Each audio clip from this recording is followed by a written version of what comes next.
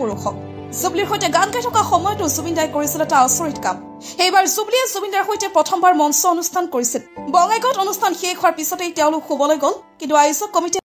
jubilee আৰু জুবিন গাৰ্গৰ সম্পৰ্ক কি জুবলি আৰু জুবিন গাৰ্গৰ মাজত সম্পৰ্কটো আপোনালোকে কেনে ধৰণে জানে জুবলিয়ে জুবিন গাৰ্গক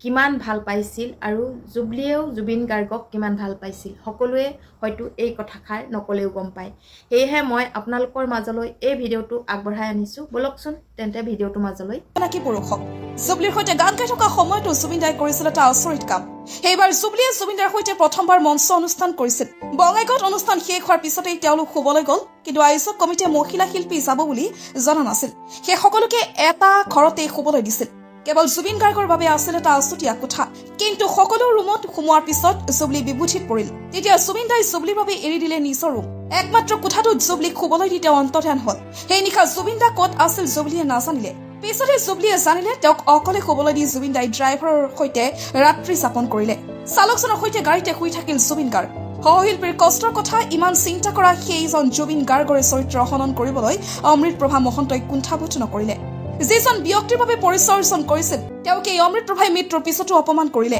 সেই অমৃত প্ৰভাক অসমে কেতিয়াও ক্ষমা কৰিব নোৱাৰিব এই কাৰণে সম্ভৱতঃ জুবলিক ভনীয়েকৰ দৰে মৰম কৰিছিল জুবিন গাৰ্গে নিশা কাম কৰা জুবিন গাৰ্গ দিনত শুইছিল তেতিয়া তেওঁক জগাবলৈ কাৰো সাধ্য নাছিল একমাত্ৰ সাধ্য আছিল জুবলি তেওঁ ভনীয়েকৰ দৰে কাষ চাপি গৈ জুবিন দাক জগাবলৈ সাহস কৰিছিল জুবলিয়ে ক'লে জুবিন দা শান্ত ল'ৰাৰ দৰে বিচনাৰ পৰা উঠি আহিছিল এই জুবিন গাৰ্গক দিনত টোপনিৰ পৰা জগাবলৈ ঘনিষ্ঠসকলে দায়িত্ব দিছিল জুবলি এইটো অধিকাৰ পাই জংকীৰ দৰে বিশ্বাসী হৈ পৰিছিল জুবলি একেলগে মঞ্চ অনুষ্ঠান কৰাৰ সময়ত জুবলিক কম নাগৰ নাগতি কৰা নাছিল জুবিন দাই বহুদিনলৈ তেওঁ জুবলিৰ উপাধি যে বৰুৱা সেইটো জানিবলৈ দিয়া নাছিল এবাৰ গুৱাহাটী বিশ্ববিদ্যালয়ত অনুষ্ঠান কৰাৰ সময়ত জুবলিৰ উপাধি ৰাজকুমাৰী বুলি আয়োজকক কৈ পঠিয়াইছিল জুবিন দাই সেইমতে পোষ্টাৰ ছপা কৰাৰ পিছতহে জুবলিয়ে উপাধিটো দেখিছিল পিছদিনা মঞ্চত তেওঁৰ উপাধিটো জুবিন দাৰ চখতে সলনি হৈ থাকে বুলি কৈছিল জুবলিয়ে সেই জুবলিৰ সৈতে বিমানতো কাজিয়া কৰিছিল জুবিন গাৰ্গে মৃত্যুৰ পিছত মুখাগ্নি কৰিবলৈ জুবিন দাই জুবলিকে দায়িত্ব দিছিল কিন্তু মৰাৰ কথা